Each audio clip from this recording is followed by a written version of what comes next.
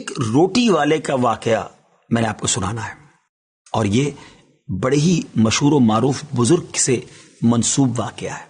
حضرت ابو بردہ رضی اللہ تعالیٰ عنہ راوی ہیں کہ حضرت ابو موسیٰ اشعری رضی اللہ تعالیٰ عنہ کی جب وفات کا وقت قریب آیا تو انہوں نے اپنے بیٹوں سے کہا کہ اے بیٹو، روٹی والے کو یاد رکھنا۔ پھر یہ واقعہ خود ہی بیان کیا کہ وہ روٹی والا کون تھا۔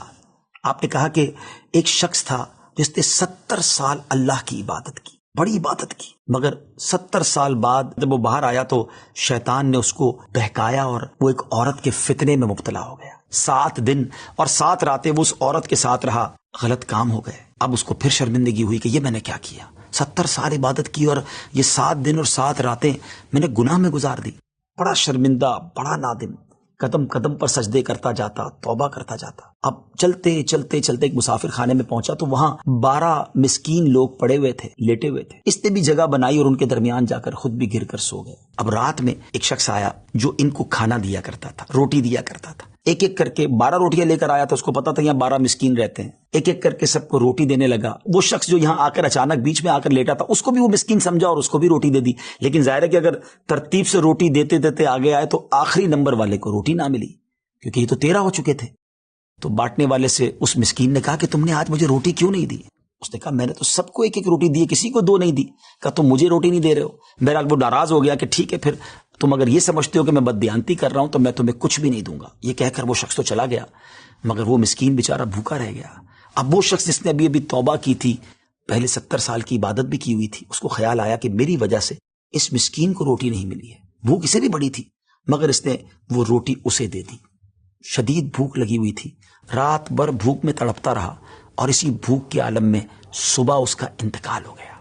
حضرت ابو موسیٰ اشعری رضی اللہ تعالیٰ عنہ فرماتے ہیں کہ جب یہ شخص اللہ کی بارگاہ میں پہنچا نا تو ایک پلڑے میں اس کی 70 سال کی عبادت رکھی گئی، اور ایک پلڑے میں وہ 7 دن اور 7 رات کے گناہ رکھے گئے۔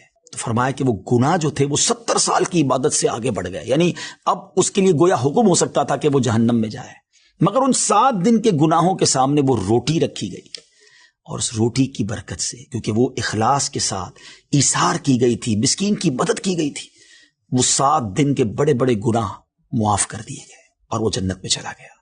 پھر آپ نے اپنے بچوں سے کہا بیٹا روٹی والے کو یاد رکھنا۔ ناظرین، یہ واقعہ واقعی دلوں کے تار چھیڑ دیتا ہے۔ 2 باتیں سیکھنی ہیں کہ بعض اوقات کچھ لوگ کہتے ہیں یار میں نہیں بہک سکتا، میں تو بڑے اچھے ماحول میں ہوں۔ نہیں جناب، شیطان نے بڑوں بڑوں کو بہکا دیا ہے۔ ہمیں اپنی صحبتیں اچھی کرنی ہوں گی، اللہ کریم سے شیطان کے مقابلے میں پناہ مانگنی ہوگی، اور اپنے آپ سے ڈرتے رہنا ہوگا کہ نہیں میں بھی گناہوں میں مبتلا ہو سکتا ہوں، مجھ سے بھی کوئی بڑا گناہ کہیں نہ ہو جائے۔ توبہ کرتے رہیں، ڈرتے رہیں، خوف رکھیں اور اچھی صحبت اپنائیں۔ اور دوسری بات، صدقہ جو ہے نا وہ گناہوں کو مٹا دیتا ہے۔ صدقہ اللہ کی بارگاہ میں بڑا پسندیدہ ہے۔ غریبوں کی مدد کرنا یہ اللہ کو بڑا پسند ہے۔ ہمیں بھی چاہیے کہ وقتاً فوقتاً اپنے غریب پڑوسیوں، غریب رشتہ داروں، غریب مسلمانوں کی مدد کرتے رہیں اور